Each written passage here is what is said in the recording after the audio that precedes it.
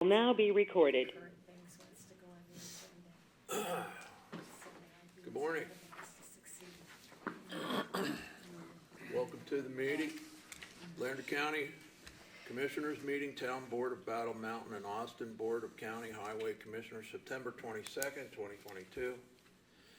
Lander County Courthouse Commissioners Chamber 50, State Route 305, Battle Mountain, Nevada. Also via teleconference at Austin Courthouse Commission Office, 122 Main Street, Austin, Nevada. Via audio conference by GoToMeeting, barring technical difficulties. The call-in, 1-866-899-4679, access code 849-277-573. Okay, JR, you lead us in the pledge. I pledge allegiance to the flag of the United States of America and to the republic for which it stands, one nation, under God, indivisible, with liberty and justice for all. We'll have a moment of silence, please.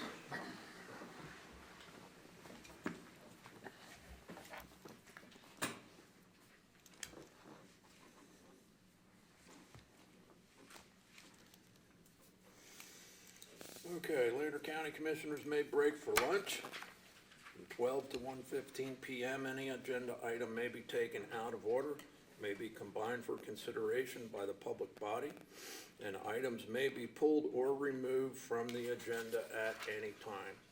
Commissioners' reports on meetings, conferences, seminars attended. Patsy? Thank you. Actually, I did attend a meeting that was put on by the Commission on Tourism, our Travel Nevada, and they have a new state program that's out. They received $2 million from part of our federal government under the rescue plan, and they are looking to give 6 projects the $2 million, basically. It really would take some coordination.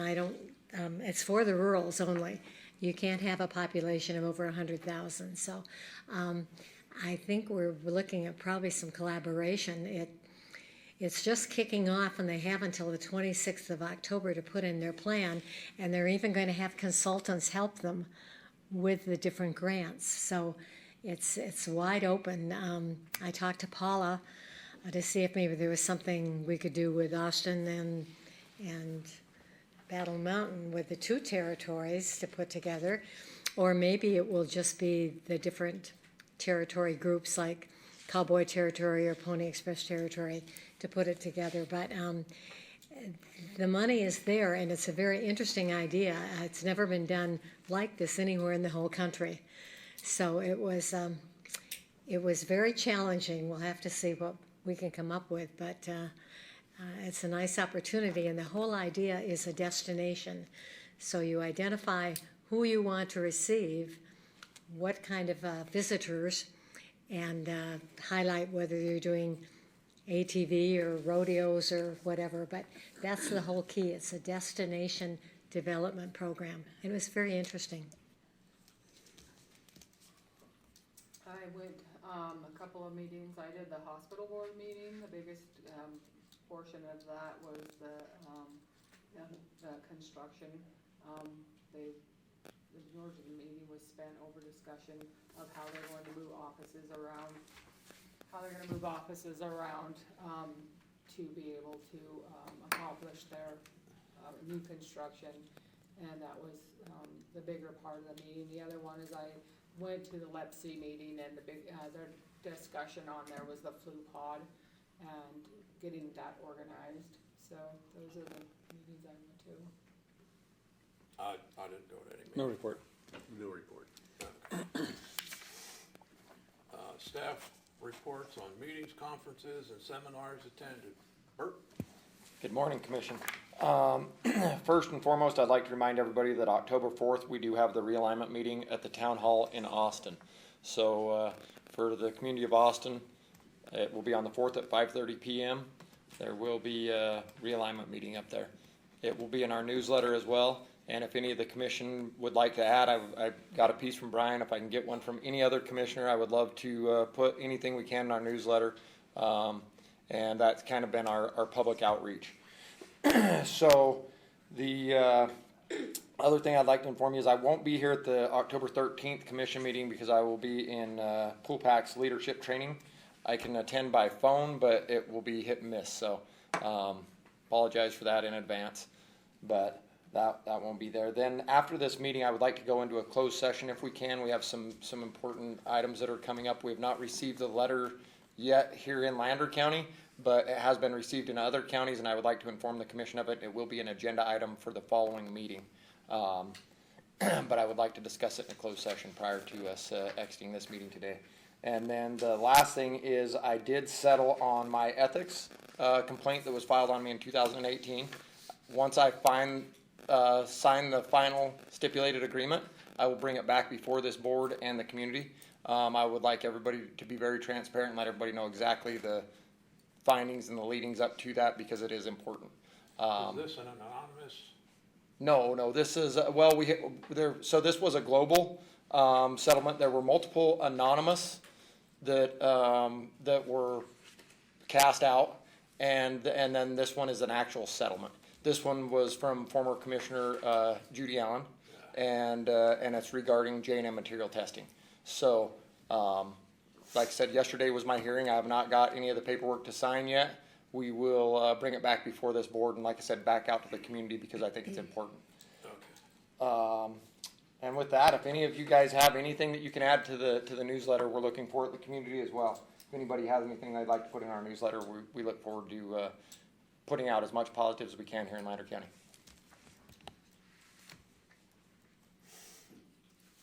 Okay. Nothing from Ted or Liz?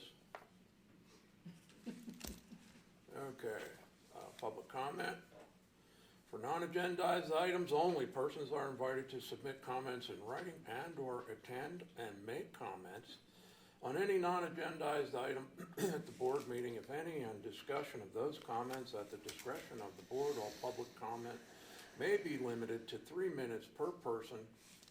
Again, at the discretion of the board, reasonable restrictions may be placed on public comment based upon time, place, and manner, but public comment based upon viewpoint may not be restricted. Consent agenda. All matters listed under consent agenda are considered routine and may be acted upon by the Board of County Commissioners with one action without extensive discussion. Any member of the board or any citizen may request that an item be taken from the consent agenda, discussed and acted upon separately during the meeting. Consent agenda materials are available at the Lander County Clerk's Office for viewing, and copies are available for a nominal charge. 1, approval of the September 22nd, 2022 agenda notice. 2, approval of July 28th, 2022 meeting minutes. 3, approval of August 11th, 2022 meeting minutes. 4, approval of August 23rd, 2022 meeting minutes. 5, approval of September 8th, 2022 meetings. And 6, approval of payroll change request. I got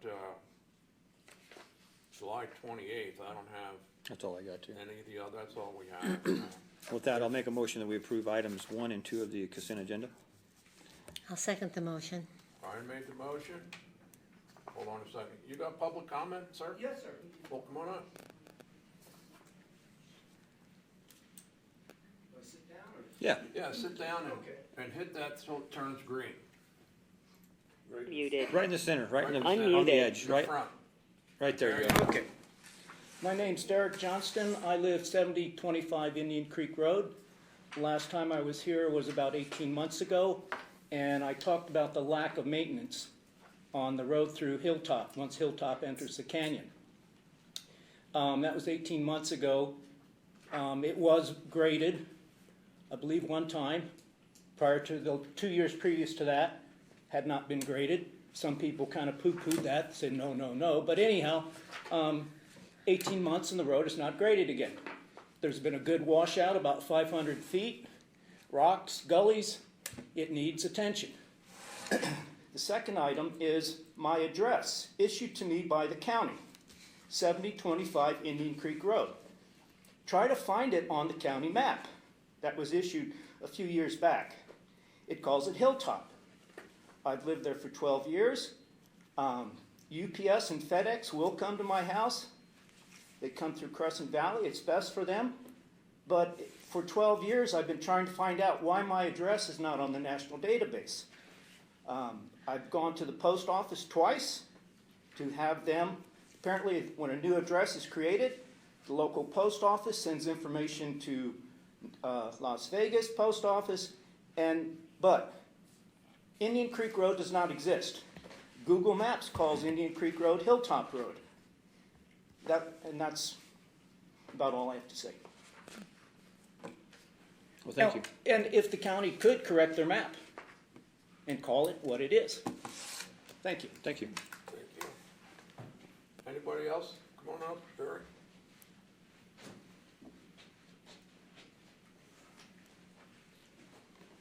Morning, Commissioners. Thank you very much, Jerry Annis, for the record. I just want to point out that a week ago Tuesday at 4:45 p.m., I received word that the road through Buffalo Valley was washed out. I sent Bert a text immediately, and at 5 a.m. the next morning when I went out to man the power plant, operate the power plant that is there, Donnie's crew had already cut a path through the washout, and I just want to point out that Bert, Donnie, and crew did a fantastic job, much appreciated, and wouldn't have been able to keep the lights on for you if they hadn't opened that road Tuesday night. So, thanks very much. Thank you. Thank you. Anybody else on public comment? Okay.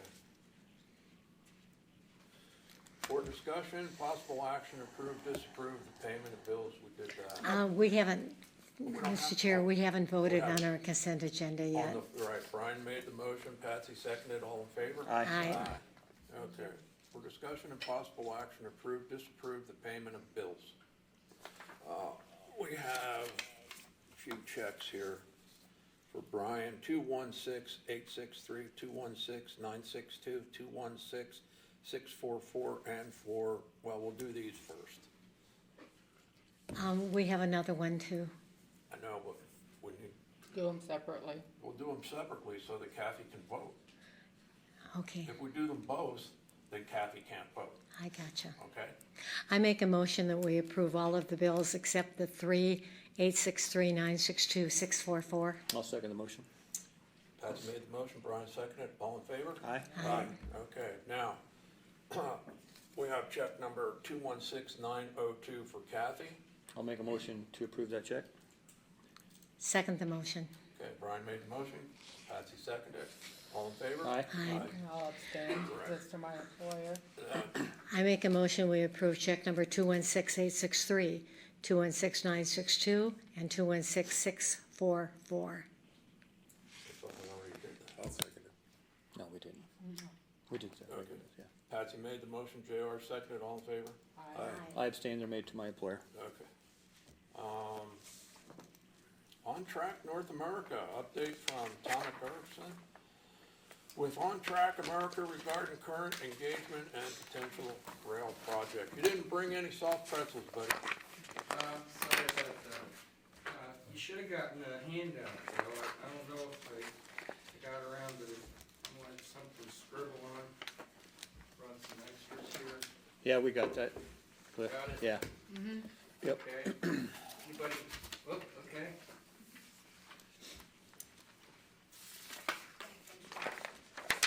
Not that I keep the script. Would anybody like a card, just because we I'll always take a card, want yeah. to make sure no people had to yell at us if they want to. Yeah. Yeah, you see 2 fingers? Thank you, Tom. I'll have your card. Thank you. Okay.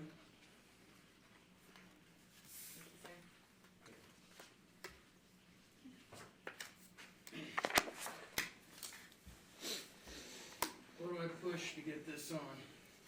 Right there. So the task before On Track North America was to think about what a rail project could go on your property northwest of town. And the first thing we did was think about, can we shift that property to one that's just a mile off of the interstate ramps? That property has a couple of advantages. Excuse me, I got a tickly throat this morning.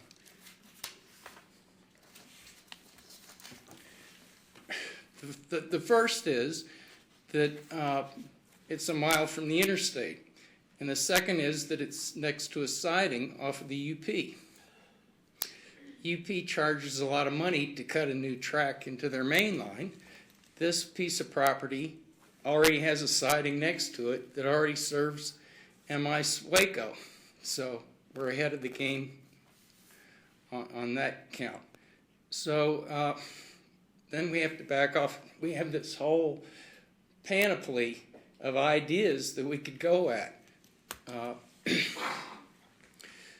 I guess one of the first things we looked at was bulk transloading, where you take products out of tank cars and hopper cars and you transload it into trucks. Well, according to the handout that you have, there are already 12 of them. There are already a dozen of them between Elko and Winnemucca. If we put something in, something would show up that would want to be bulk transferred, but it's not going to be the base load that's going to bump you into that initial siding. Kept looking, rummaging around, and lo and behold, look at all of the agriculture you have in this neck of the woods. Turns out that a few years ago, within 150 miles of Battle Mountain was 1 million tons of hay a year. Now that's down to 600,000 tons, as near as we can tell from the drought, but that's still a huge amount of hay. And a lot of it is not going close proximity. Some of it's going to dairies in California, dairies here. Some of it's going to cattle here, but a lot of it is actually going for export through the port of Oakland, being trucked all the way to Oakland. A lot of it is going to horse farms in Tennessee, Kentucky, Virginia, Florida. I can't figure out why Nevada hay is so highly prized in the East, but it is. For some reason, it takes a premium price, and these fancy horse breeders want Nevada hay. A lot of that is going all the way by truck. Some of it is being trucked to Salt Lake City, where it's put on the railroad. So sitting around brainstorming what could go on, we thought, wow, what if there could be an intermodal terminal here in Battle Mountain? The railroads don't put intermodal terminals in willy-nilly. They generally put in these huge complexes that cost $100 million, where they move massive amounts of containers. That's not what you need here, but maybe there's a customized project that could be done here. So we've been pushing on many different fronts, trying to figure out if we can put the pieces together for an intermodal terminal here. And this is like a one-armed bandit, where you have to line up not 3 oranges, you got to line up about a dozen oranges to get it all to work. The first big piece is getting empties here. There are a lot of empties that go from Chicago to the Port of Oakland. They don't stop them because they make all their money coming back this way. But recently, a company called Savage Services in Salt Lake City put an intermodal terminal in Boise, Idaho, the first intermodal terminal that there's been in the state. And the objective behind that terminal was to stop empties going from Chicago to the ports of Tacoma and Seattle, immediately fill them with hay, so that the shipping lines could at least get some revenue going back across the ocean, and some of them have done that. All right, why couldn't we do that here? Why couldn't we make Battle Mountain a place just like Boise, where they stop these empties going that way? There are also some large container owners in the United States for domestic containers that have empties 53-foot containers going back east from Salt Lake City and going back east from Northern California. Why couldn't we talk to some of those about loading containers here in Battle Mountain? So there are many pieces that would have to be put together to this. The first piece is the most difficult one, the one I mentioned, figuring out how you can get owners of containers willing to have a forward inventory of empties here. You'd have to have an operator. Well, we're talking to all the operators like Savage Services and Watco and Seconics that operates a couple of bulk transfer terminals here and other people. You have to have truckers, somebody that could pick up at the terminal and be not an in-house carrier, somebody that would always be on site, ready to pick up in Battle Mountain, take an empty out, have it loaded, bring it back. If you're going west, you have to have somebody who's going to press the hay, because the containers that go overseas take super compressed hay just so they can get more in there. So you'd have to have a hay press here. Have to have somebody who can negotiate with the railroad for service. I guess I could go on a long time. I'm going to try and cut this to another 3 or 4 minutes so I leave time for questions. I'm just trying to build up a whole level of the issues that have to be addressed, but our final report that'll come out about 2 weeks after I'm here will lay all these things out with the opportunity, what's been done, what needs to be done. So I guess I'd want to leave a couple of positives ringing in your ears about why I think this might be possible. One is that we've got the Port of Oakland interested. Port of Oakland has been hurting ever since the ports of Long Beach and Los Angeles had their huge backlog of ships. A lot of the ships will stop at both San Pedro Bay and then come up to Oakland. Well, when San Pedro Bay had that horrendous backup, there were ships backed up for a month or more, they just unloaded all their Oakland containers there and took off back across the ocean, just cut Oakland out. And they've been having trouble ever since getting back on a regular schedule.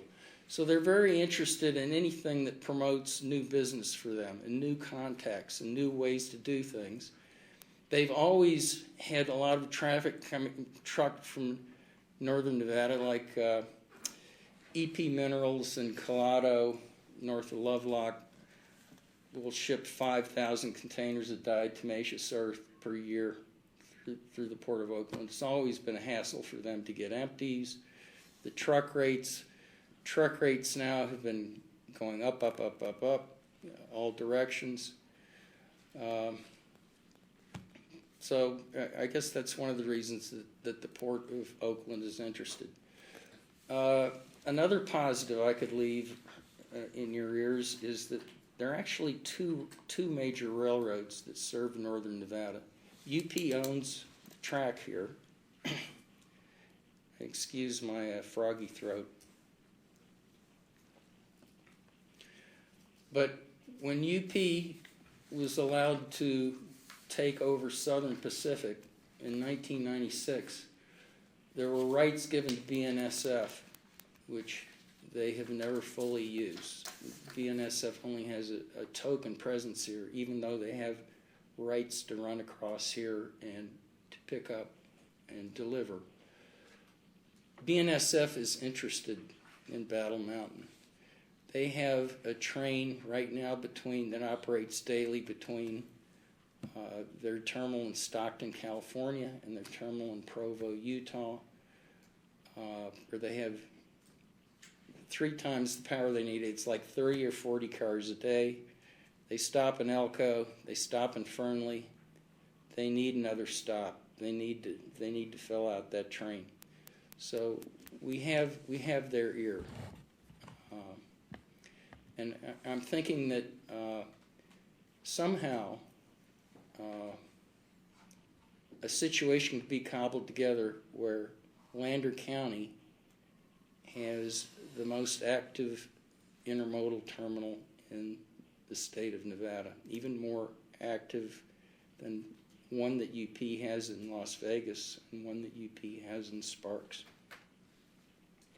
I hope I've spoken enough mystery here that somebody has a question and wants to shoot something at me. I have a question, Tom. So the whole reason we're looking at the rail spur was to bring a sustainable base to Lander County, so we're not just relying on the mines. And then listening to like the intermodal,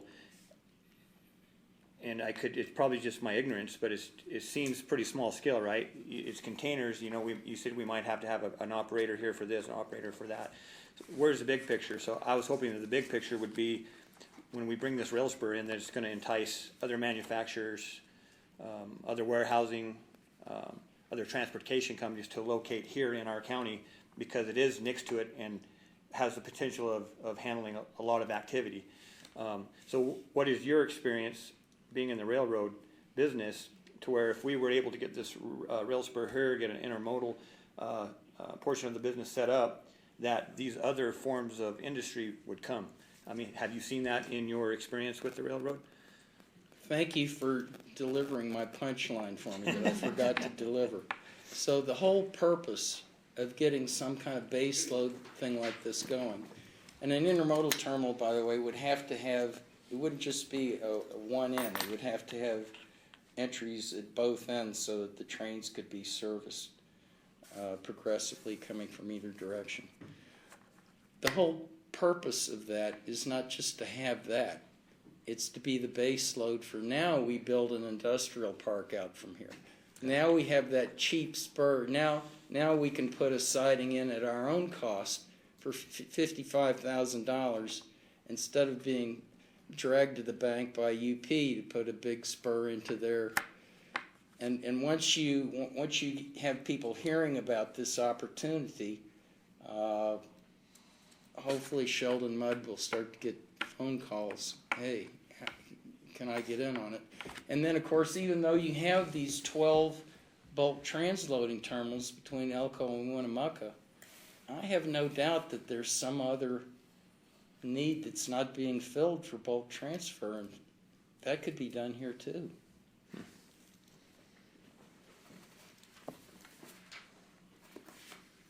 Well, I guess at this point, so we have NSF, you said NSF, which stands for what? I don't remember saying NSF, so we have BNSF. BNSF, and then what's that stand for? So it's, well, it used to be Burlington Northern Santa Fe. Okay. And that used to be, you don't want to get me going on railroad history. But now, it doesn't stand, it's just BNSF. That's Okay. That's their corporate name. So you said they're interested, we have the Port of Oakland that's interested. So I guess at this point, I guess that we'd create dialogue with those companies, Bert, I mean, what's the next move? Well, what I would hope is that you hold your fire until you get our final report in 2 years. In 2 years, that's a Freudian slip. 2 weeks. Okay. And hopefully that will kind of reinforce what I've just said and show a path forward. Okay.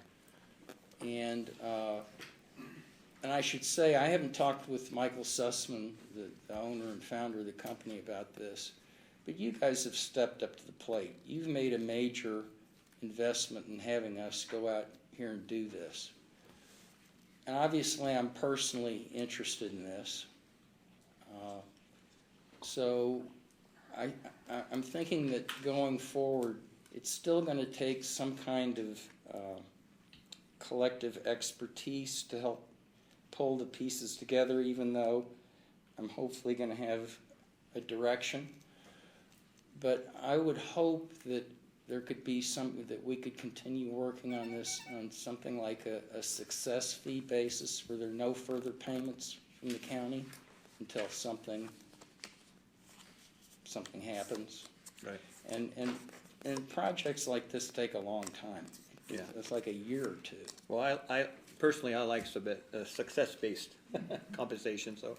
Oh, Yeah. that's the drift. Yeah. Because you guys really did step up to the plate here, getting us going on this. So you did what you needed to do.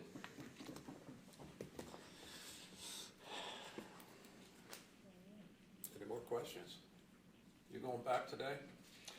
I am, well, actually, I'm going to have lunch with a potential trucker, and then I'm gonna go to Salt Lake City, and heard that Savage Company is headquartered and Watco has a big place. Those are potential operators before I go back. Well, thanks for coming in, Tom. Thank you Appreciate very it. much. Thank you very Thanks much. for making that trip. For discussion and possible action, to approve, disapprove the appointment of one individual to serve on the Lander County Planning Commission, which currently has 3 openings. New terms would be from July 1st, 2020 through June 30th, 2024. Thank you, Dee. Are you on the phone, Dee? Guess not. Well, I'll make a motion that we approve the appointment of Dee Helming to serve on the Lander County Planning Commission, which currently has 3 openings. Her new term would be from July 1st, 2020 through June 30th, 2024. I'll second it. Brian made the motion. JR seconded. Any comment? Public comment?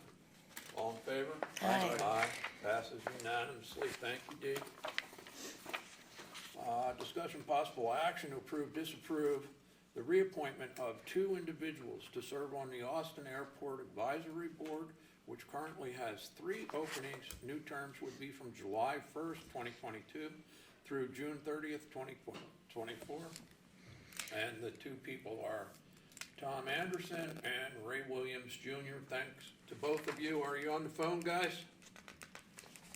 I'll make a motion that we approve Tom Anderson and reappoint him to the Austin Airport Advisory Board. The term would be from July 1st, 2022 through June 30th, 2024. I'll second the motion. Patsy made the motion, Brian seconded. All in favor? Aye. Aye. Any public comment? Okay. I'll make a motion, we reappoint Ray Williams Jr. to the Austin Airport Advisory Board.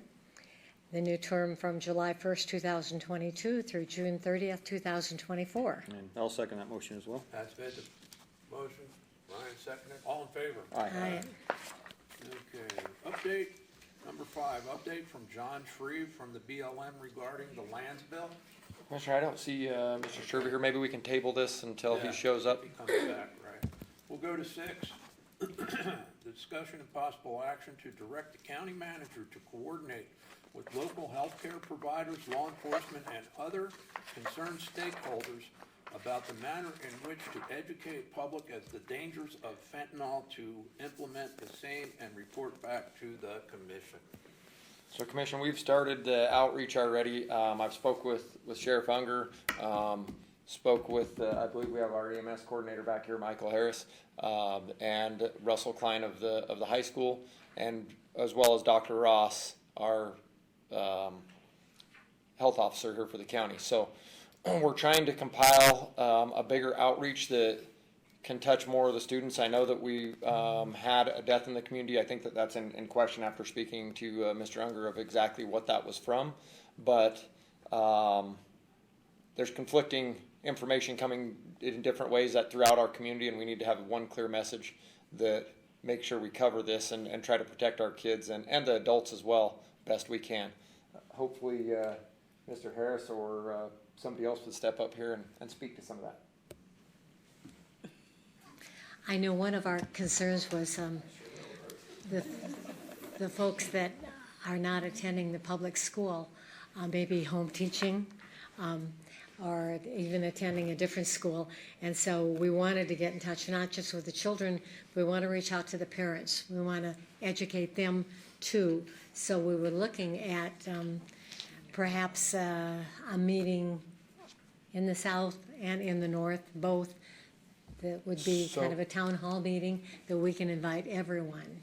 You bet. So I did add this to our newsletter. There's a little piece in there that from the last one on the passing of the kid that was here in our community, and a small piece of outreach that's just in that newsletter. But in reaching out to the school and with the help of with Unger over there, I think that, not to be keeping throwing everybody under the bus, sorry. Mike and Unger, but I think that we can kind of push this a little further. I know that the school has most of the kids where they can get them in assemblies. They can, they do the robocalls that go out to every parent to let them know what's happening. I got one last night on the accident that was out here. They have a lot of community outreach through the schools, and I think that with it being a hot topic with our children right now is a prime time to try to get that pushed out. And I think with Unger's support and with Mike's support and Dr. Ross's, that we can accomplish that and then supplement that. It's not just the school, so I want to make sure everybody knows that this is a multi-pronged approach we're trying to take from hopefully the direction of you guys today, that will be from EMS to, town hall meetings, to our community newsletter, to the sheriff's office, the whole gauntlet to get it all out to the community, because there's so much information, and hopefully the experts in here can tell us about some of the pills that are out and what they're seeing on them, some of the Narcan that they're giving, and some of the effects that it's now not having, or does have, and some of that, so we can get some of this fact-based information out to our community, because it is really, really gobbled up right now with rumor mill. So hopefully Mike can speak to that. Right here. Yeah. So like Bert said, I'm Michael Harris. I'm the new EMS director here in Lander County. So I think Bert covered a lot of that, right? We don't know exactly what is going on. Sheriff Unger probably knows a heck of a lot more than I do. We are here to offer our services. When EMS is called,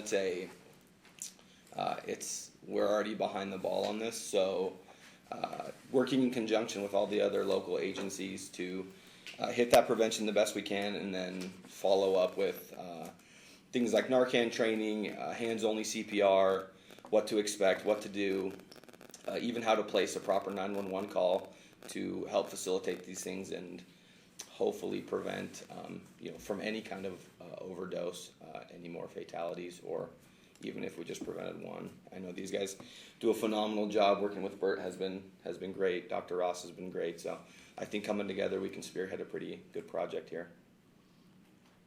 And I agree with what Mike said. We've been working with different agencies. We've got some experts involved in this. They're putting together pamphlets. We're setting up meetings at this point, but that's where Bert will come in. We're already in the school districts. They're working on that as we speak. So.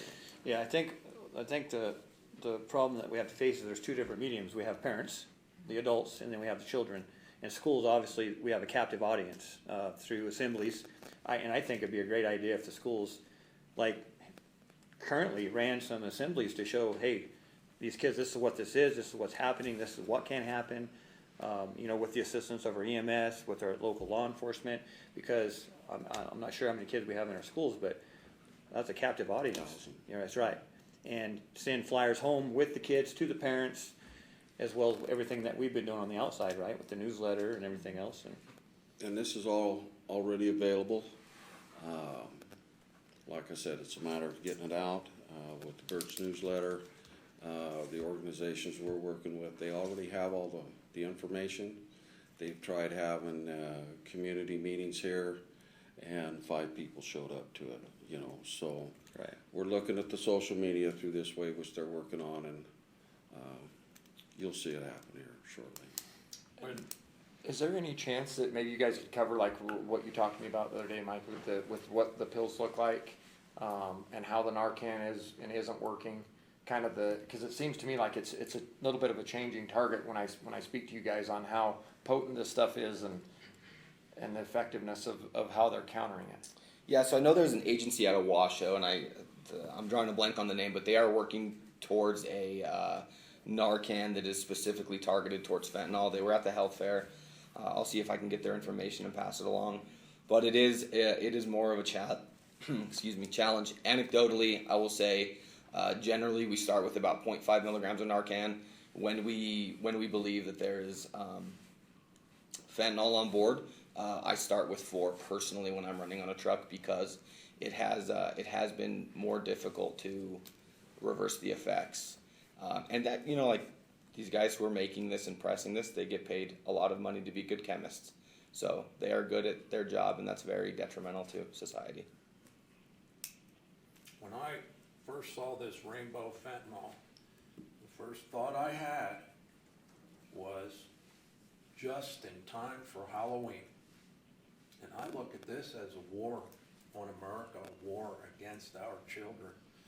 In thinking about Halloween, I came up with the thought, I don't know if I like it or not, but I would be willing to put a flag or something, a sign at my house that I'm safe. I'd welcome the police to come and check the candy that I'm gonna give out. I don't wanna go to tailgating Halloween like they do in some of the cities, but I really would like to have a proactive approach, because they look just like Skittles. A kid would pick one of those up and just pop it in his mouth and not even think about it. So that was the thought I had, but my first thought was just in time for Halloween. And now that we're hearing that the Narcan doesn't work on fentanyl, heroin wasn't killing people fast enough, so now they introduce a new drug. And sadly enough, like you said, you have the public announcements and 5 people show up. And unfortunately, whether it be a small community or a large community, nobody wants to pay attention until it's in their back door. And by then it's too late, and I just think it's really sad that when that information gets out, that we as a community are not all joining together to pay attention. We're all waiting till it knocks on our back door, and by then it's too late. And you've lost a life, and it's And something very yes, sad. something I would like to add before I forget is that Narcan is available down here at our community health for anybody to put in their glove box, and Brandy will quickly run through a brief training on it. So it's free and it's available. You know, I know that there is a training that comes along with it, but it's out there and it's pretty simple. My understanding is to use, you squirt it up their nose, and it only affects those who have overdosed on opioids. And every one of the deputies are trained in it. We have it in every one of our vehicles. I had, at the chamber the other day, a gentleman, retired law enforcement from St. Louis, he was traveling through, and he said one of the biggest issues there is they are unable to control this exact issue.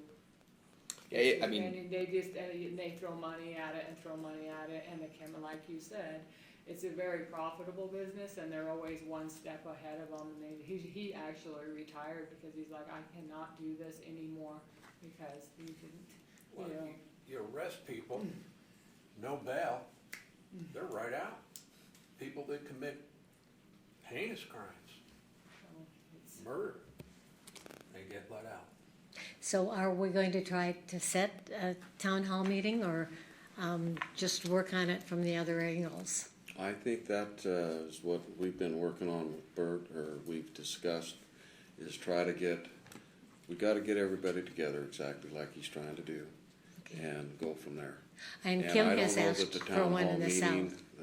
from the people that I have talked to personally, it's more social media like, is gonna get out to a lot more people, and you can have a town hall meeting. These folks that are coming in are more than willing to do that. I mean, you could put an article in the paper, you could do PSAs, public service announcements, like, hey, guys, Halloween's coming up, this is a potential, this is what to look out for, this is what it looks like, and just any form of media is gonna reach some people, and the more people we reach, the better, so. Review what your kids bring into your house. But then you have kids who'll get candy and they'll just be eating it as they go along, not just reach in their bag, not even look sometimes. It's scary. I think with the way society is now, it's quick service on everything, right? So not a lot of people want to schedule themselves. I mean, we had a candidates night down here the other night, which is a pretty big deal, I think, in a community. And there, when I counted in the audience, there were actually 14 people that we could affect that weren't related, a spouse or somebody else, to the candidates. There were 14 people, and out of them 14, there may have been a few that I just couldn't identify as cousins or brothers or sisters. So the meetings, even though it sounds good and it's appeasing to some people, it doesn't have the outreach that a lot of these other service right now, social media sites do. It seems like that quick service seems to be the better way to to approach them, and that's why I think that the school is a serious prong, because they have them captured at that moment. Yep. And the school is on board. So they, I've had several meetings with the principals and the superintendent on this issue. And if we can do, they're on board to do whatever they need to do. And that's where the pamphlets come in for the parents. so especially could the they hold junior some high. assemblies before Halloween? I'm not sure what they're gonna do. I haven't talked to them about that recently. But the SRO, I can find out from him. I know that they're in there pushing as hard as they can. Any public comment? Thank you, gentlemen. Thank you. There's a public comment back there. The, Come on up, Art.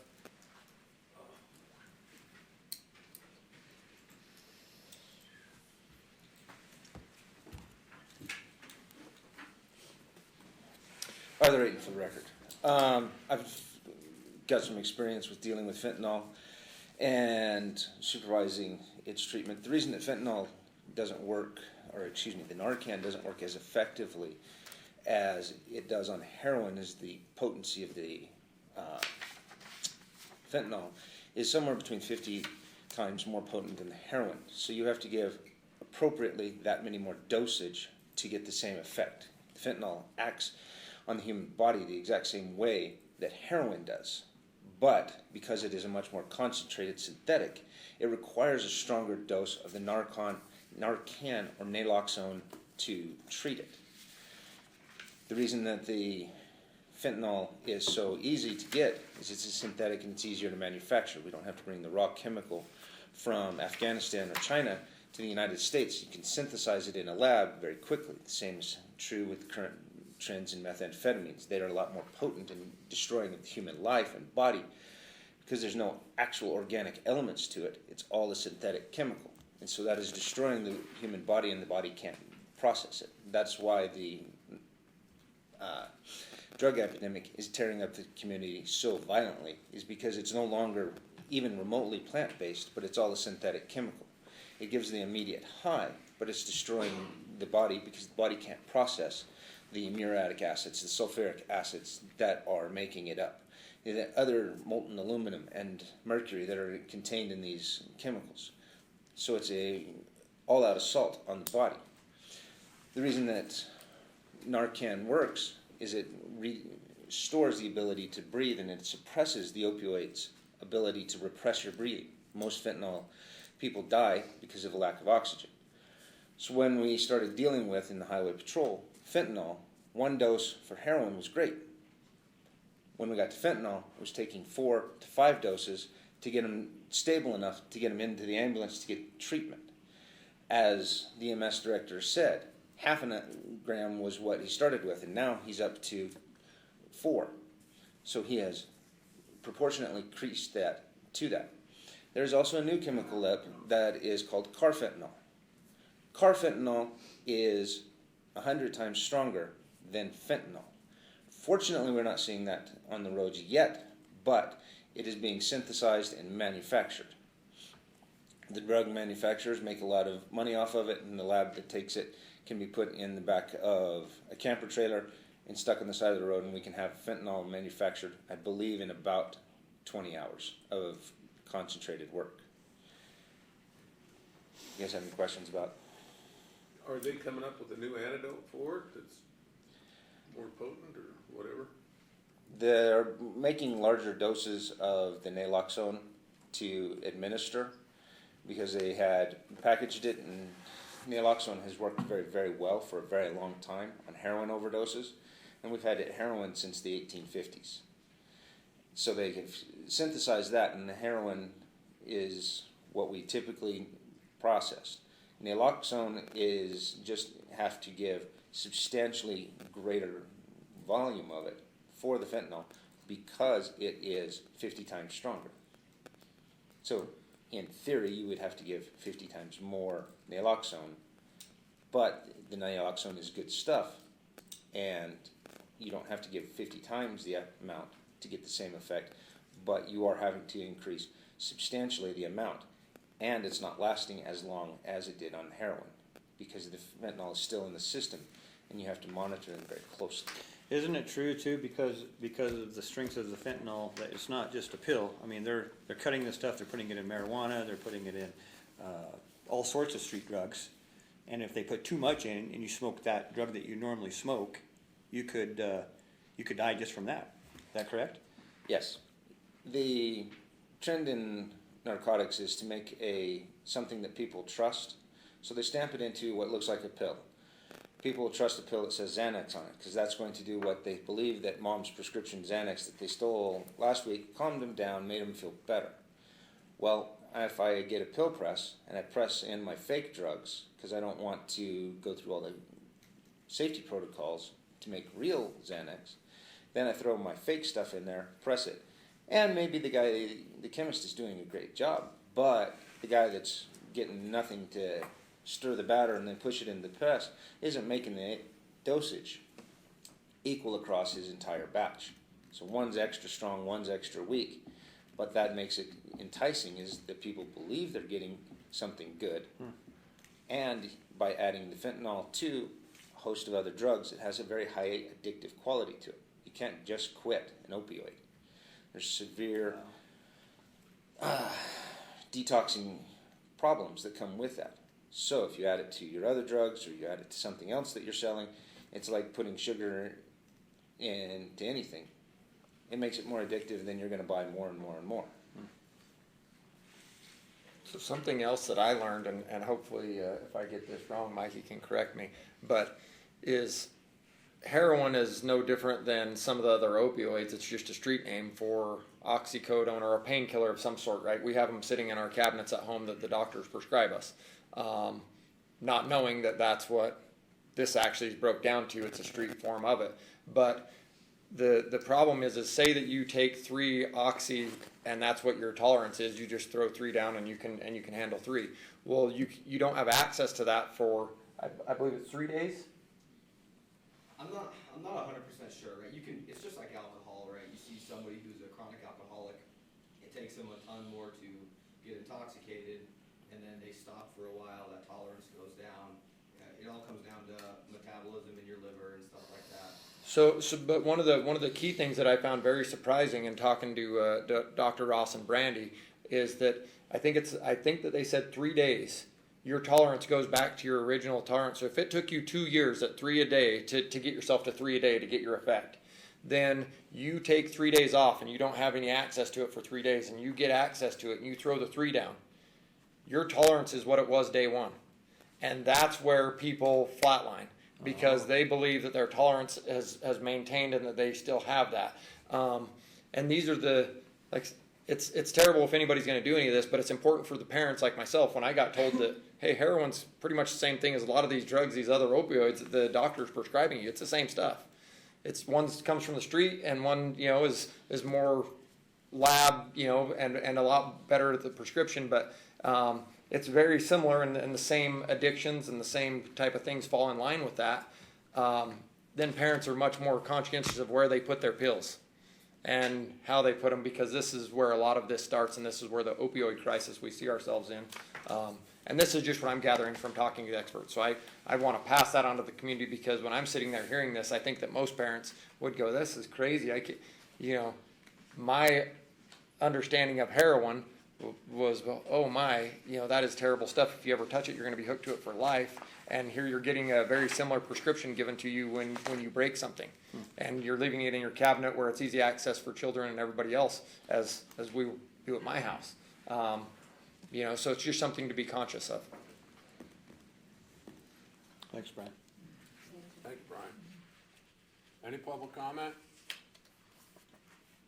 Okay. For discussion, possible action, approve, disapprove, giving direction to the county manager to communicate with the Battle Mountain General Hospital about purchasing the Kingston Clinic. Real quick, guys. So, yes, just for clarification, the direction Yeah, here so was we're gonna not to do town halls so much, but to continue the outreach the path that we're on. Yes. And Addressing like other forms of media, getting it out there, and then reporting back to us and let us know how that's going. okay, and we'll collaborate with everybody that we spoke of and continue trying to push this forward if that's the direction. Try to do something. Okay. Okay. Discussion, possible action, approve giving direction to the county manager to communicate with the Battle Mountain General Hospital about purchasing the Kingston Clinic. So Commission, I did approach the Battle Mountain General Hospital some months ago. I believe Commissioner Ancho was there when I did, asking if they would be willing to donate the Kingston Clinic to Lander County. It's one of them deals where what comes first, the chicken or the egg, and I figured that going and seeing if they were even willing to do that would be the appropriate step prior to bringing it to the Commission. They opted out. They said no, that they prefer to sell it. They do not wish to give that to us. So with that in mind, now I come back before you to ask you guys if we would like to pursue a purchase or even some sort of discounted trade or something of some sort, so we have additional services. The community of Kingston continues to grow, and the aging class down there is pretty substantial. So I think having health care there at least once a week if we can, much like we do in Austin with our clinic there, that maybe we can do something out there. And that's through Nevada Health Centers. That's not the county. That's Nevada Health Centers that we're working with. Is that building sitting vacant down there currently? Yes, sir. It is. And why don't they wanna lease it to us? That discussion is that they're going to sell it, and for the amount that it's going to be sold, keep in mind, it's a very large amount that they wanna sell it for. How big is the Not how big is the building? It's a small, I would say the size of a a little bit bigger than a double wide, but it's an actual building and it's empty, so you would have to not only purchase the building, but you would have to put every piece of equipment back into it. And I just, it is very similar to the size of the buildings that are next to the high school that they teach them students outside in. yeah. It's very Oh, similar wow, to that really? size. Wow.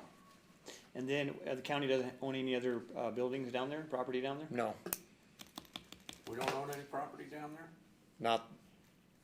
not even the current clinic that's in there right now. I believe that's Convention and Tourism that has that. We do not have, the county does not have any property down there. Well, see what you can do and get back to us, and if they don't budge, they're not reasonable, then let's just buy a piece of property. Buy a piece of property down and put a there, building on it, Put yeah. a building on it. Yeah, exactly. See, this is just ridiculous. The need is still there. The need is still there. The county's willing to provide the service at no expense to the hospital. And the hospital isn't willing to cooperate with the county Well, I just to don't get understand. services down there. So- Just for further clarification is why this is coming back up is we have some rather large grants that we can go after for the additional equipment and things like that for rural healthcare. If we have a building to put that in, it would help our chances of obtaining some of these grants substantially, and I think that it could be huge for, the southern half of our county. Jason Blake was at a meeting, not the last time, the time before, and said he's looking forward to working with the commissioners. Let's get some work done. I will reach back out and see if we can't come to some sort of compromise or if there's something that, the hospital board will consider. And I think that it's just going to have to be open line of communications on both ends, but for the amount that it looks like that they would want to sell that building for, I just don't think that that is feasible for the county. What is the number? If I'm thinking correctly, and I'm almost thinking it was like almost $500,000. But I could be wrong on that amount, which is no way that's, No, you That's not can even buy a piece of feasible. ground and but put a building on don't it, own quote it. me on that. I'm thinking that might have been what it was, but please don't quote me on that. Okay. But I just think that, I don't know if we're going, I hate to see the back and forth, if we're not going, if it's not gonna get anywhere. And I Well- think they looked at it, one of the issues, so cause I've been on there since they had the healthcare in there. And I was one of the ones who voted to keep it there, but it was such a loss to them that they wanted to, close it.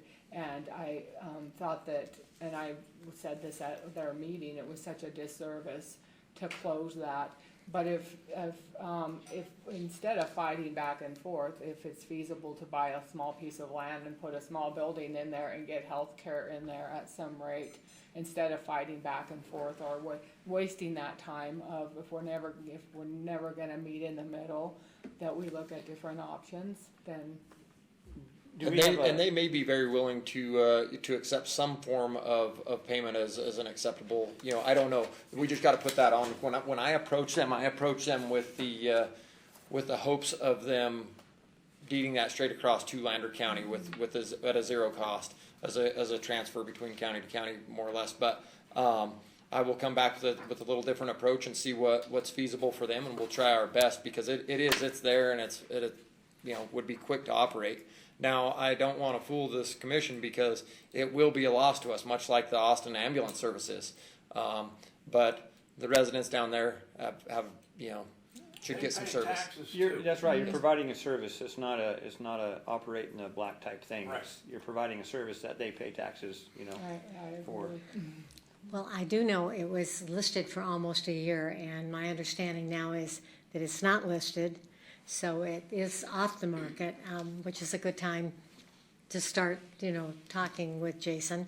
I'm wondering if they would step up at all to help us with any of our services in Austin.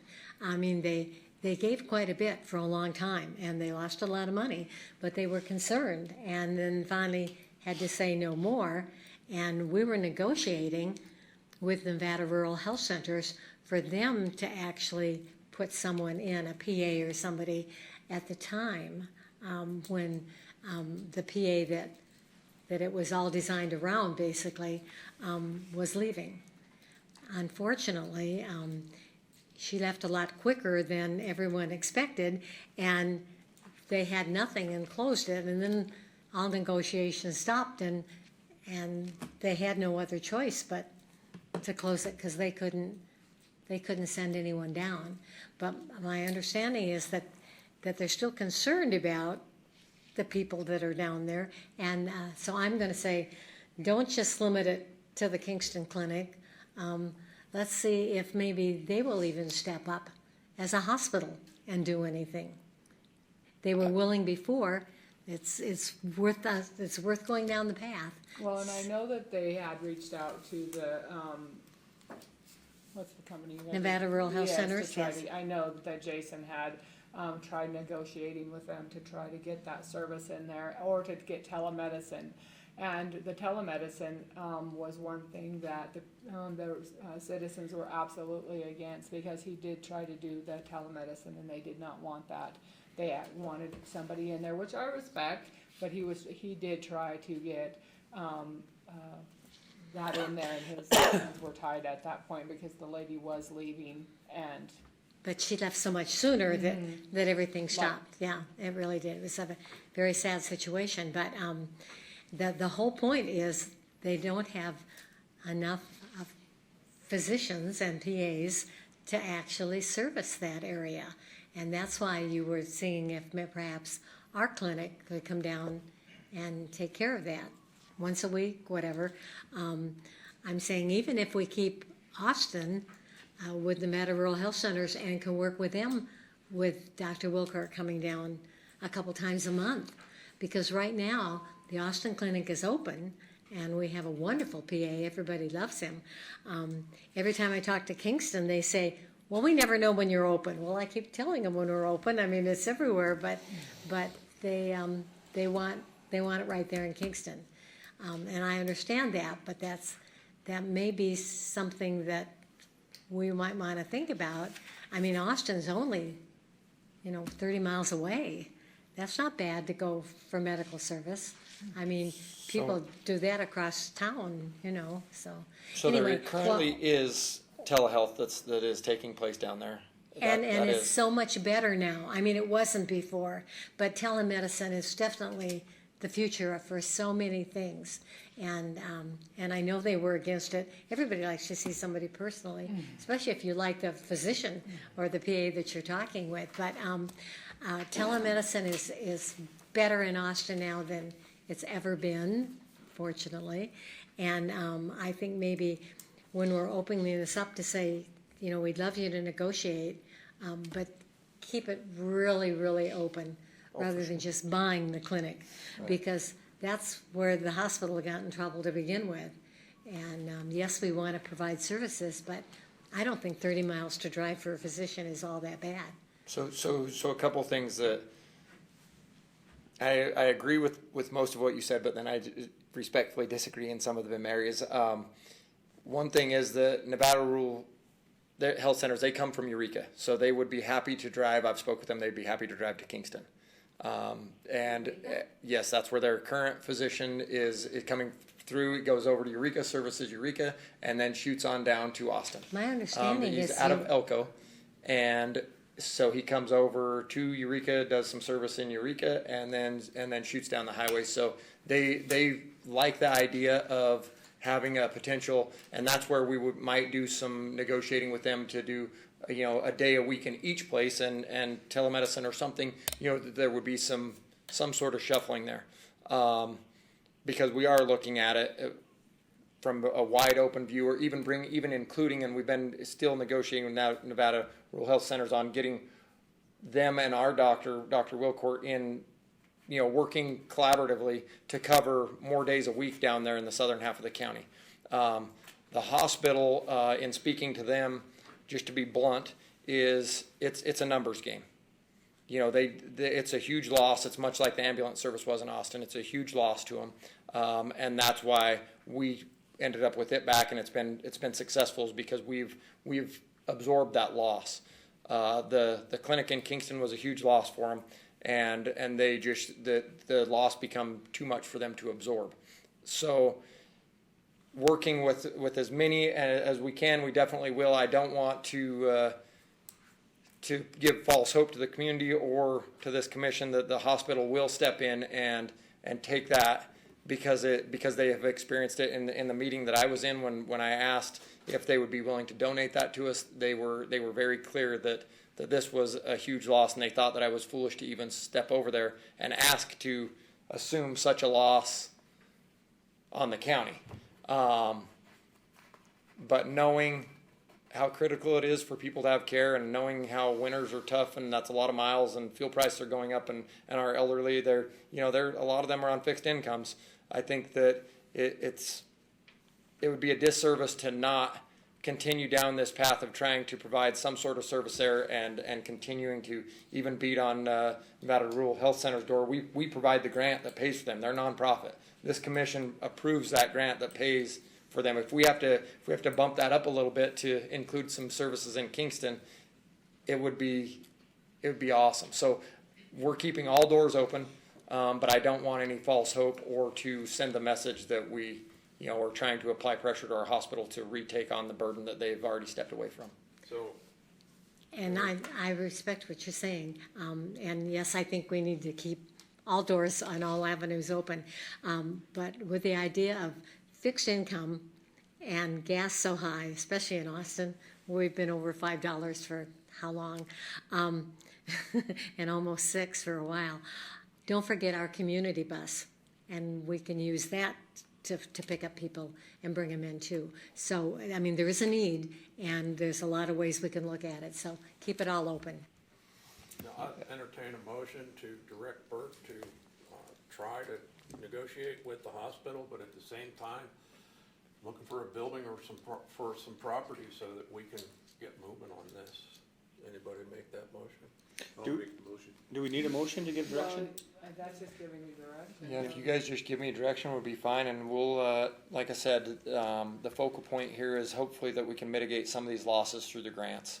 So Okay. this is multi-pronged, and we're looking at it from a lot of different. Two things at once. Try to negotiate and then keep an eye out, look for something that we can. You bet, and we'll continue trying to collaborate, like I say, with Nevada Rural Health Centers, and we'll even try to bring them back with maybe some different numbers to the commission for budgeting purposes. Okay, great. We're gonna take a 10-minute break. Oh, I think, you want public comment on that? Public comment on that? I got something. Okay. This is just from the assessor's office. These are the two properties that you own in Kingston. Nice. So I'm just gonna hand them to Bert is all. Okay. So I can do it for the record. Andrew Warwood. So these are the assessments of the two parcels that the county owns in Kingston. One is in a housing neighborhood, but the other one is the aircraft hangar that's on a large piece of property. But I just wanted because of the discussion, these are the properties owned in Kingston. I appreciate that. Thank you. I appreciate that as well, thank you, Andrew. 10-minute break. Muted. This conference is no longer being recorded. It's on the break time. Okay, we're gonna jump back to number 5. Have the, update from John Shreve and the BLM regarding the land bill. Morning, John. Good morning, Commissioners. John Shervey, Field Manager, Mount Lewis Field Office. I'm not sure where you want to go on this discussion item. You might have more updated information than I have. Right now, on our end, the lands bill is still in committee. It hasn't been voted out of committee. This is the Energy and Natural Resource Committee. And right now, it sounds like that it's unlikely to move out of there this Congress, which means there'll be no vote on the floor under this Congress. So my understanding is that if there's going to be movement, it would more than likely be the next Congress after the new year.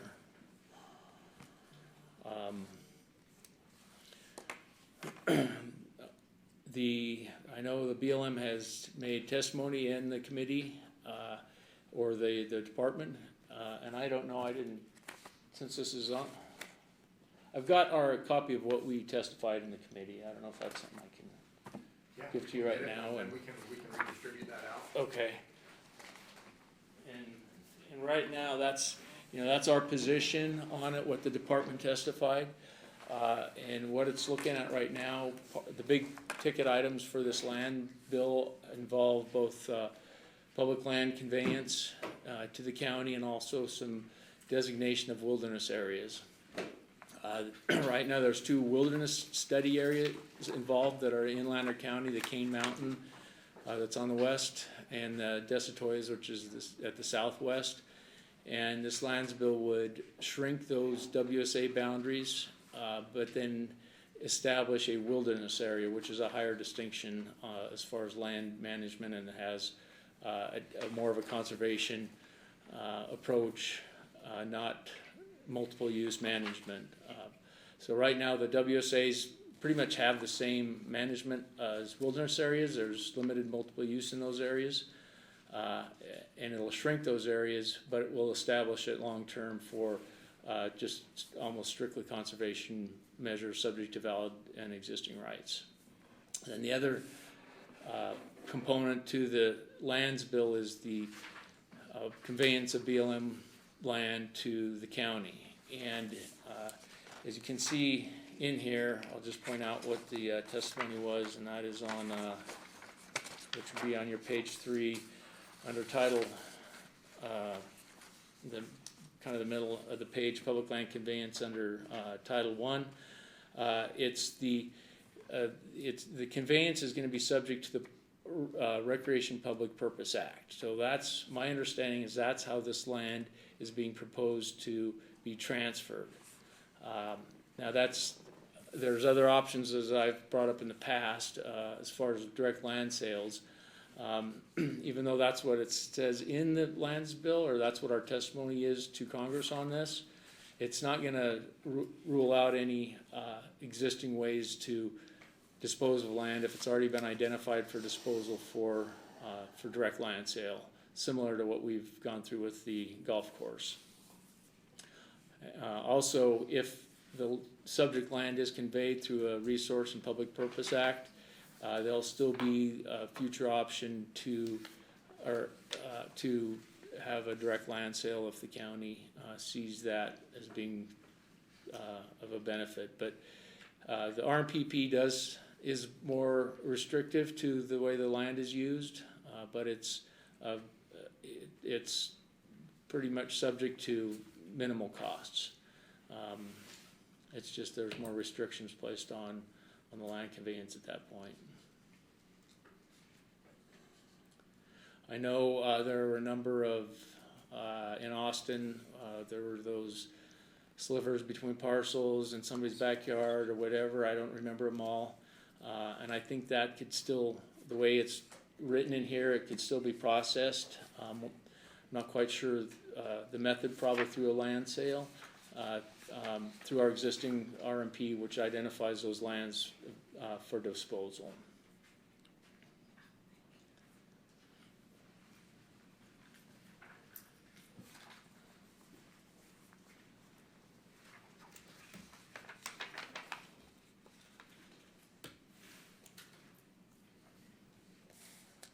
Any questions? I know, too, Rosen's is the,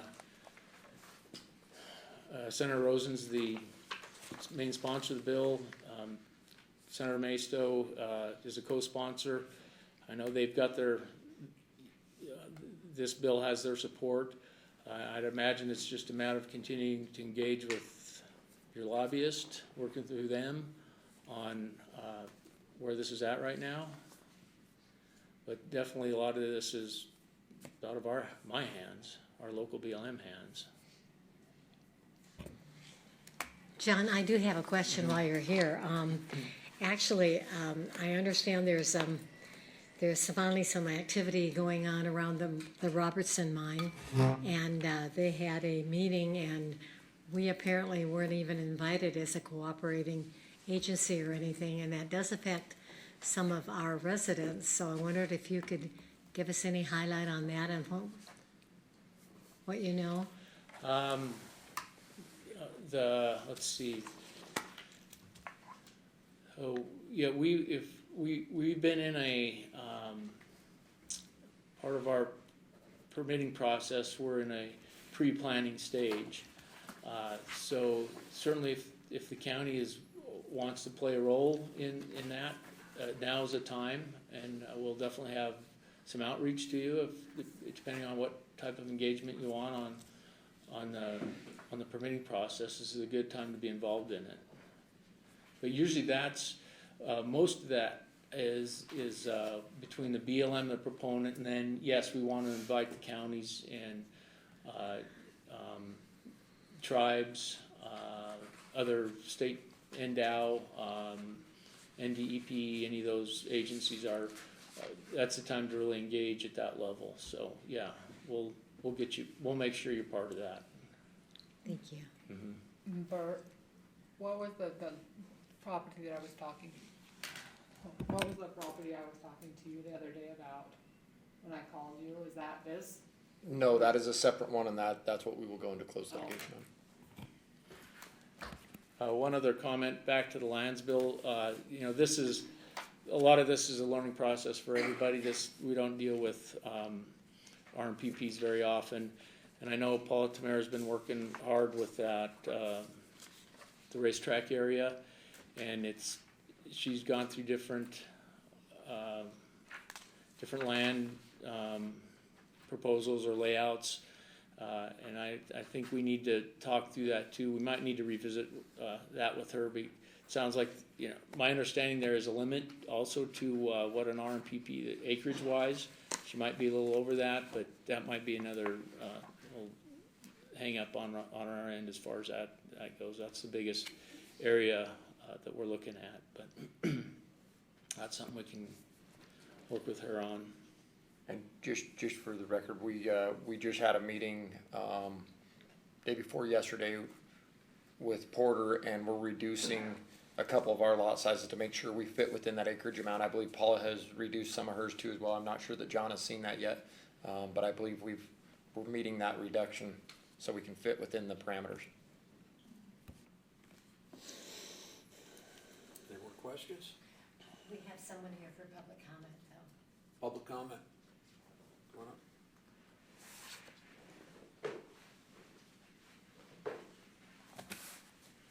Hi. Pam Harrington for the record. I'm an Indian Creek property owner. And first I have to thank you for your service. I really appreciate county commissioners and what you do for all of us. So the Robertson mine, I'm glad that Commissioner Waits brought it up because could have impacts to us property owners on Indian Creek, and there's a couple on the line that will probably want to chime in as well. Maybe Derek, my other neighbor. this is a critical time, I think, for the county to get involved. And I know you guys didn't receive the invite for the kickoff meeting for cooperating agencies because they had an old email address. I guess that was what the problem was. But I don't know how much any of you have gotten involved in the cooperating agencies part of the NEPA process. And I'm so sorry that we don't have a Jake Tibbetts in Lander County. We need one. That would be paramount. So looking at this project, it's huge. They've been, Nevada Gold Mines has had Stantec monitoring our own private drinking water well for about 1.5 years to watch for impacts.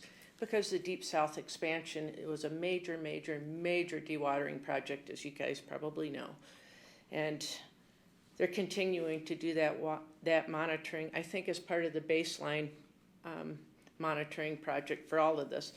But the Robertson mine, and once you guys get the materials on it, you'll see they're talking about dewatering our little Indian Creek aquifer, and that's what we all draw for our drinking water, and potential impacts to Indian Creek itself. And that's a perennial stream. We have trout in it. I mean, it's pretty special. You know how rare that is around here. So obviously, us landowners have concerns. So appreciate coming in and talking. I know your role as county commissioners could be to advocate for us landowners. I mean, NDOW doesn't do that. We're kind of feral people. You might say we're wild animals, some people, when you're out there, but we don't have anyone to advocate for us at this stage in the game, and we need it. I mean, this is the time when we could have preliminary options looked at and to really inform the draft environmental impact statement as it comes out. And so these initial concerns that we have for our drinking water and for the stream that a lot of us bought there because there is water, and those things might be impacted. So I'm hoping that you could advocate for us at this time, but you don't have a Jake Tibbetts. So if we have any resources to help, because I can't expect you guys to be up on that stuff. My job, I'm not speaking for my job, but I have a bachelor's degree in environmental health, and I comment on NEPA stuff all the time. As you can see, I kind of know this stuff. And I would help if you would like a volunteer at all. I'm there. Yeah, and I think I'll leave it with that. I mean, I can talk about the specific other issues, but some of my neighbors want to do that. There's noise. Honestly, there's probably going to be a lot of noise and air quality, but water is what I'm about for the most part. I mean, in the Deep South, I don't know how much you guys got involved in that NEPA process, but one of the mitigation measures that was approved was to provide landowners with supplemental water when they dry you up. So I'm not going to live on life support waiting for the water truck. No, that's not acceptable. So that's the kind of thing I'm looking at that maybe early on you county commissioners could help us with, to say, that mitigation measures a no. And I don't know what can be done. I mean, they're still bringing out the hydrology reports on this dewatering of our aquifer. And so thank you so much for listening to us now. And I'll let some of my other neighbors maybe say something if they do. But again, we really appreciate you, and I would help in any way I can. Thank you. Thanks. Hi, this is Erica Kenny, also a landowner here at Hilltop Road, and probably the closest property owners to the new Robertson mine. And we do have a lot of concerns, as Pam mentioned, about the water. Our creek has already practically dried up this year. I just can't imagine how much more effect with the dewatering it could have on the creek. And we've had dying trout in our little portion of the creek, and also we are really concerned about the noise and air quality. Also, we have 5 little children living here, and air quality is a concern already. Just before the Robertson mine, even you could see the dust and whatnot in the air that we're breathing. So appreciate any advocacy on your guys' part for us rural people out here. Thank you so much. Thank you. Thank you. Thank you. John, maybe you could expand on it, because I'm not familiar with how it works, but I know that some of this process before it gets to public and the county is involved, like what Jake Tibbetts is doing for Eureka County as their natural resources. That stays internal, and we aren't allowed to share that. If I understand that correctly from a phone call I received yesterday, is that some of these documents that they share are proprietary to the contractor that's putting them out until they've been reviewed. And maybe John can elaborate on that, because I don't fully understand this, and I know that if, like we said, if we had a Jake here, it would be a beautiful thing. The guy's wonderful at his job. But maybe John can expand on that. Sure. No, there's a lot going on here in any mining project that we permit, and what Pam and the other lady brought up they're right on. They've got concern where they live and their water source, and so there's several things going on at this point that have been brought up with how we can incorporate it into our process. Jake's role, that position has served a role for quite a few years in our permitting process for any project, not just mines, and that allows them to be engaged through a local government, allows them to be engaged early on when these documents aren't in the public domain, and so like the county, tribal entities, state agencies can be involved at that point, and they can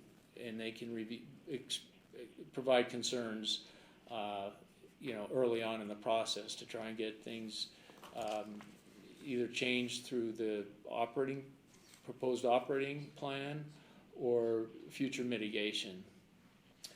And so I guess my recommendation right now, without having a natural resource position,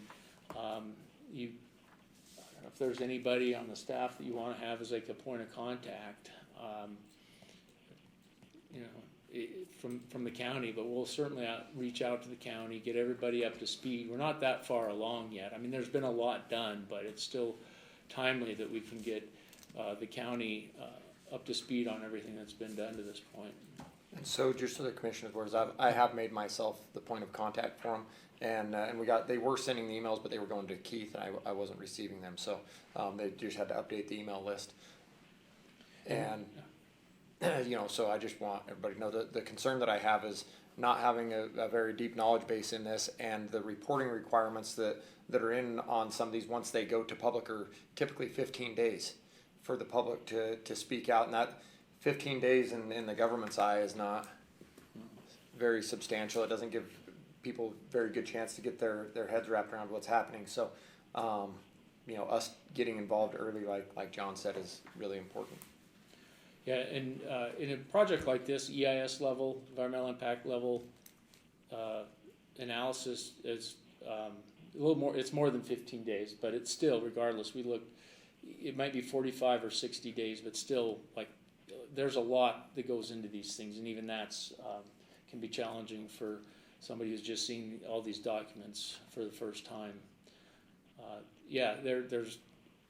You guys know we're dealing with a lot of paper. There's massive amounts of information in any one of these environmental impact statements, and the earlier engagement, the better. So that's what we found out. That's really helped our end too, as far as permitting timeframes, getting through these projects. Instead of 5, 6, 7, 8 years, we've been able to truncate that time frame and still address all the issues. So the pre-planning, which would involve the counties, is definitely critical.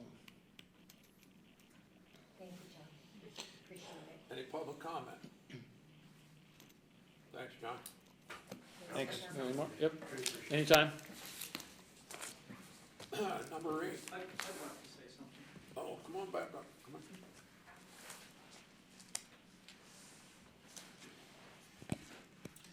It's on. It's on. It's Derek Johnston, I live on Indian Creek.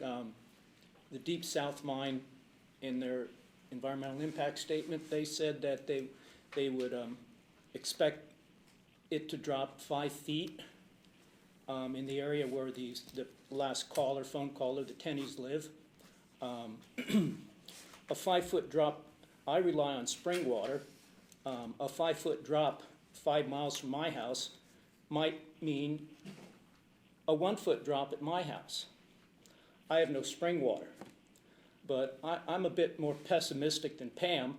I think Nevada Gold is going to do what Nevada Gold, and they don't really care about a handful of people who live there, chose to move there.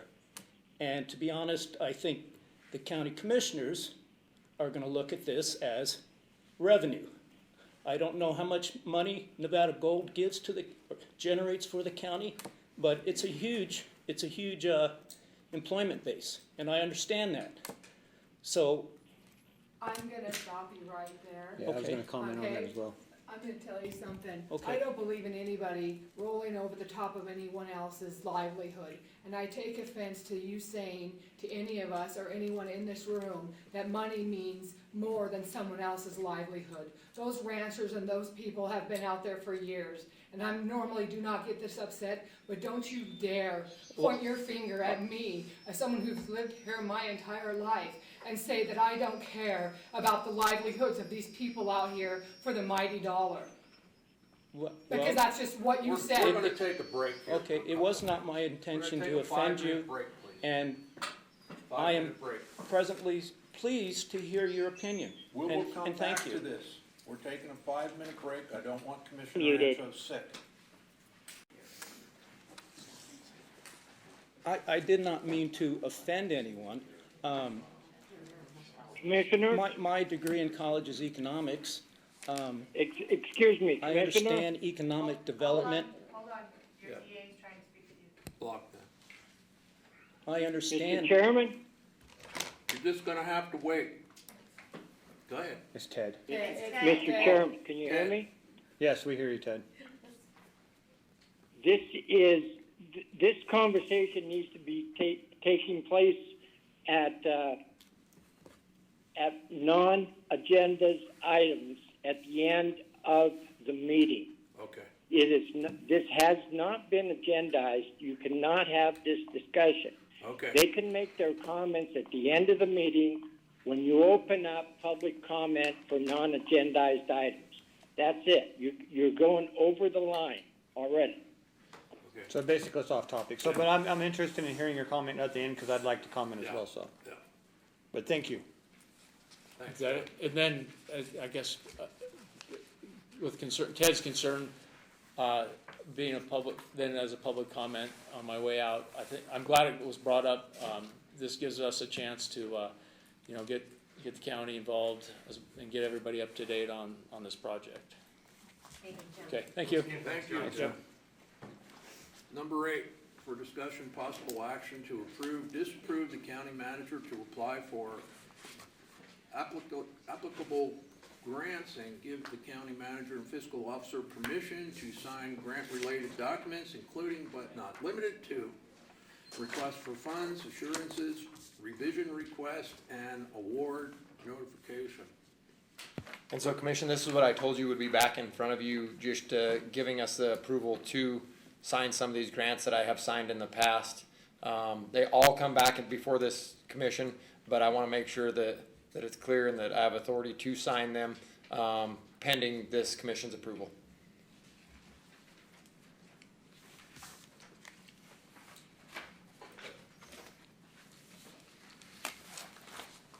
No discussion on it? I don't have any questions on it. I trust. Well, I'll make a motion that we approve the county manager to apply for applicable grants and give him, him and the fiscal officer permission to sign grant-related documents, including but not limited to requests for funds, assurances, revision requests, and award notifications. I'll second it. Brian made the motion, JR seconded it. All in favor? Aye. Aye. Any public comment? Okay, we're going to 9. For discussion, possible action to approve, disapprove, Tier 1 contract for conflict indigent defense services pursuant to Lander County Plan for the provision of indigent defense services. Lakin Sullivan for the record. So in your backup, you should have the termination request from Lockie and McFarland. They were our current ones, but they're one has already retired and the other is retiring at the end of the year. So they asked that they terminate effective August 5th. So Diana Hillwort was glad to step in and take over the contract. So this is just one similar, it's pretty much the same exact as Locking McFarland. We did remove one word in there.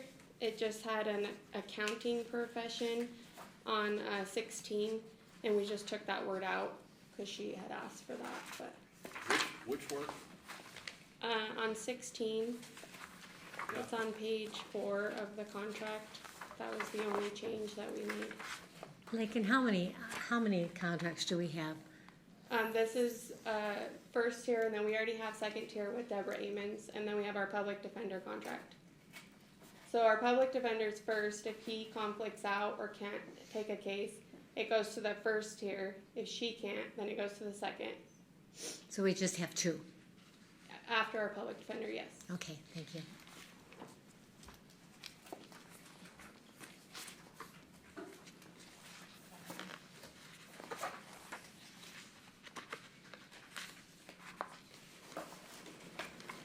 Any questions? Well, I'll make a motion then to approve Tier 1 contract for conflict indigent defense services pursuant to Lander County Plan for the provision of indigent defense services, and to approve the contract as written. I'll second. Brian made the motion, Kathy seconded it. All in favor? Aye. Aye. Public comment? Thank you, Lakin. Thank you, guys. Thank you. Number 10, for discussion possible action, approve, disapprove the use of the old Lander County Jail located at 25 East Second Street by the sober senior class of 2022 for the purpose of implementing the yearly haunted house event and fundraiser from September 22nd to November the 10th. We're gonna have a lot of scared kids. It's fun. Good morning. Good morning. My name's Cassandra Gunther. I'm here on behalf of the graduating class of 2022 to ask the commission's permission to use the jail for their annual haunted house fundraiser. This has really become a tradition. It has, yeah. And the kids look forward to this, and every year they get more scared and more scared, so they love it. They do. So isn't it for the class of 23 though? Because they'll be graduating in 23. Yeah, whatever next year's class is, whatever year it is. I want to make sure that. This year's kids, my seniors. Motion? Well, I'll make a motion that we approve the use of the old Lander County Jail located at 25 East Second Street by the sober senior class of 2023, would it be? Is that what it should be? 2023. For the purpose of implementing the yearly haunted house event and fundraiser from September 22nd, 2022 until November 10th, 2022. I'll second it. I made the motion, JR seconded. All in favor? Aye. Aye. Thank you. Any public comment? Thank you for doing this. Oh, no problem. Thank you. Number 11, correspondence, reports, future agenda items. You guys have anything you'd like to see on the future agenda? Yeah, You know what? It's really about time we started thinking about our holiday schedule, because November definitely needs to be looked at. November, December, we usually have one meeting each. Well, actually, we can decide when we look at the agenda, because the days are not a conflict in December, but they are on Thanksgiving, so, Okay. Yeah, typically it's on the second meeting in October, but we can surely put it on this first one. I'm all for it, cause it looks like a short agenda and I won't be here, so. That's yes. right, I was gonna Since say, you keep it won't- short. Since you won't be here, could you give your, So I'm all for it. yeah, give your information ahead of time if you have any preferences? You got it. We'll also have canvas and vote November also. That we'll need to add in, so if you wanna combine that with November's or. Oh, that'd be December's, nice. it'll be up to you. Good thinking. Okay. Let's get an agenda item on this Indian Creek issue. Got it. So that we can discuss it openly and everybody can come. say And the what they Robertson wanna Mine say. project, would you like it to be all one Indian Creek Robertson Mine Yes. project Yeah. to be inclusive? We don't want our citizens to be deprived of their necessities. Along with that, could we also check out, he said it is, it's not for the public per se, because we want to be on the cooperating meetings. But could we actually appoint someone else to represent us? Could you check and find I out? mean, like a Jake Tibbetts kind of thing? I You're was saying, you're thinking- saying hire like outside, I was thinking of Pam, because she really knows all about everything and what's going on. And we don't have a resource, person. Well, I mean, we work so closely with other, like Eureka County, and, I mean, that's the thing we'll be discussing about, we had. yeah, we'll add that to the agenda and, a possible, appointee or hiring, If we can, if you'll check ahead of time, if we can. you bet. If we can, then we can discuss it if we'd like to. But if we can't, then we don't need to put it on the agenda. For sure. I think that Jake would probably be a pretty good guy since it's Eureka County, Lander County that we're He's- talking He's a about right wealth there. of And information. Eureka County may get impacted by this too. Yes, I will reach out to Jake and to Eureka County and see if they aren't willing to let Jake come over and speak on some of this for us. Okay. I'm not as certain of who Jake reports to, but I'll find out and see if he can't show up to a couple of our meetings and maybe give us some direction so we aren't just running at this wildly. He might have somebody better in mind that would, or maybe he can, I just want to address it. We've got some pretty big concerns here and I understand why. Yep. Water. When this gentleman comes back up, I'm gonna tell him a couple of things about water. And if it's too soon, if we can't get it done on the next agenda, we'll do it on the one after, so. Yeah. okay. But we 'Cause need you to won't address be it. here, so, Yeah. yeah, let's schedule it for the second meeting in October. If that's all you guys have, maybe we can get to the public comment and before we close out the meeting, we can do our closed litigation. Yeah. Okay. That's the only thing I have. So, you wanna call for public comment? Yeah. Okay, public comment, come on back up. What I wanna tell you, number one is I don't care about the money, that's not important to me. What I care about, and this is what you're gonna face in the future, is the state coming in and putting a meter on your well, the well that you own. And they're gonna limit you to a half an acre foot of water per year. That's 1/2 of 330,000 gallons. That's my concern, and it has been for 8 years. So, my public comment was, I didn't take offense to it, I mean, you stated it yourself, you're more of a pessimist, and I mean that respectfully when I say that's where you're coming from. Where I'm coming from is, and I think the rest of this board, you have a pretty good board up here that is interested in the way of life for Lander County, and it doesn't just take into effect the mines. We've done a very good job at protecting our agriculture, our ranching way of life here, and I've had numerous conversations with our county manager that water, I believe, is going to become the most valuable resource in Lander County over gold, because without it, none of us have anything. The mines don't have anything, agriculture doesn't have anything, us as private landowners don't have anything. And this commission has been looking at ways of solving that problem, that water issue problem, because we see that in the future, this is going to become the resource that we all need. So I just wanted to maybe put a little bit of optimism in your mind that you have a very solid board here, and we are looking out for the interests. We're not for sale. Nevada Gold Mine doesn't own me, I can tell you that. So I just Well, wanted to say that. It was not my intent to upset or, Right. I see the county commissioners somewhat as the board of directors of a corporation to some extent.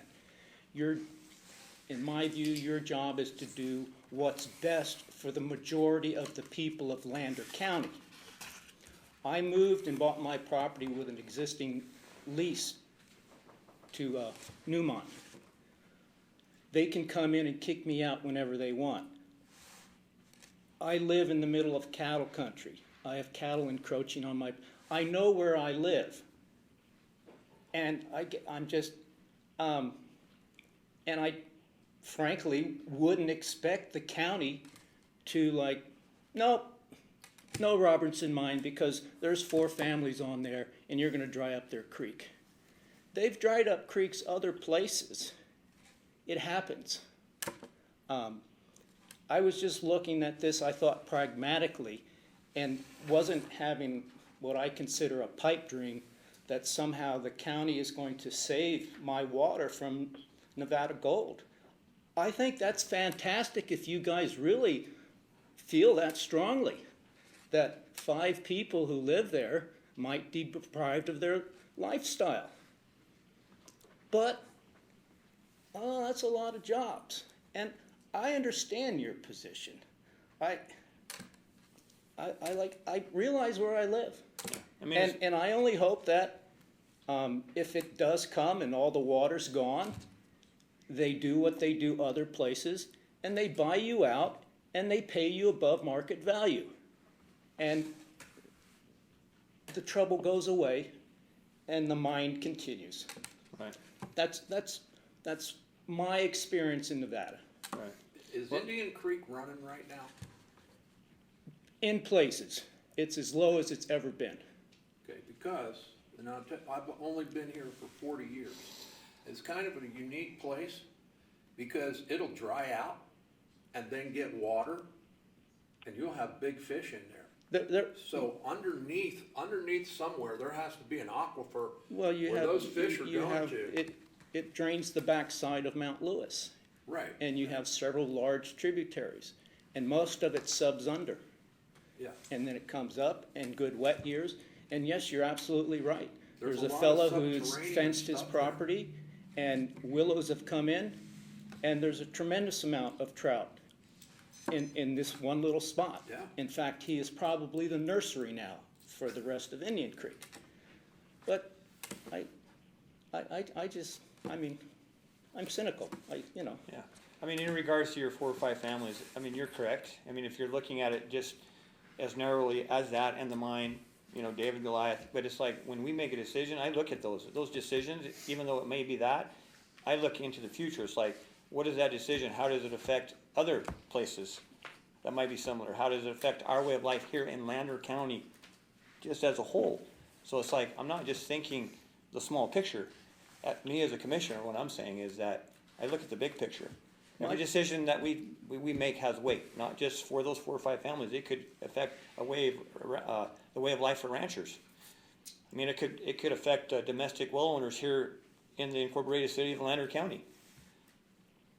As to your comment about water being the next gold, the Deep South mine expansion, I wrote in my comments about what is a gallon of water worth. And your 300 and some odd thousand gallons in an acre foot, I did do the math and calculate how many millions of gallons of water Deep South is sucking out of the ground. And my comment is, wouldn't Las Vegas love to have some of that water? Oh, don't think for a second that there's plans to take and drain North Humboldt and the Ruby Marshes and send it into the Muddy River and the Virgin River. I mean, those things are all there. We're well aware of the things that are on the drawing board, and that's why I said you need to be concerned about the state coming in, putting a meter on the well that you drilled, your private property, and limiting you to a half an acre foot. That is a goal for all these people that live out here. That's what the state would like to do. Commission, we may be careful that we don't get into discussion. that we just keep it at. I'm done, thank you. Thank you. Okay. Any other public comment? I got one. I'm on two water boards, the Humboldt River Basin Water Board and the Central Nevada Water Board. And, they don't even wanna talk about putting wells, meters on public wells, you know, for the people. Unless it's for irrigation or whatever.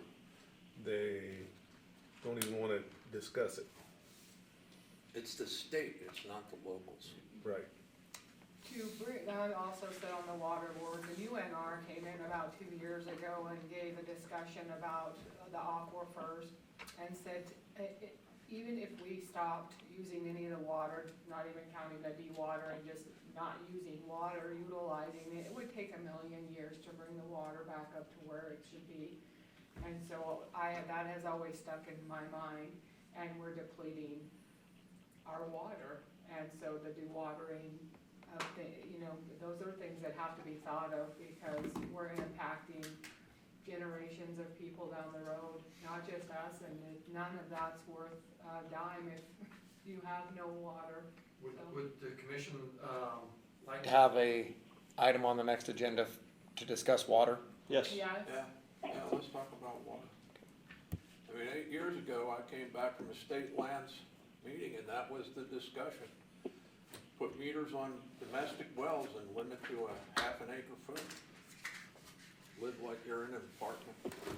Okay, entertain a motion to. Oh, no, we gotta go litigation. Gotta go to closed litigation. Yep. Ted, we'll call you. Okay. Muted. This conference is no longer being recorded. So moved. Wait a minute. Okay, all in favor? Aye. Yeah, wait. Hold on, we gotta call the meeting back to order. You ready? Okay, we'll call the meeting back to order. I need a motion to adjourn. So moved. I'll second it. Okay, Brian made the motion and JR seconded it, and everybody voted for it. Goodbye. Aye. Aye. Muted. This conference is no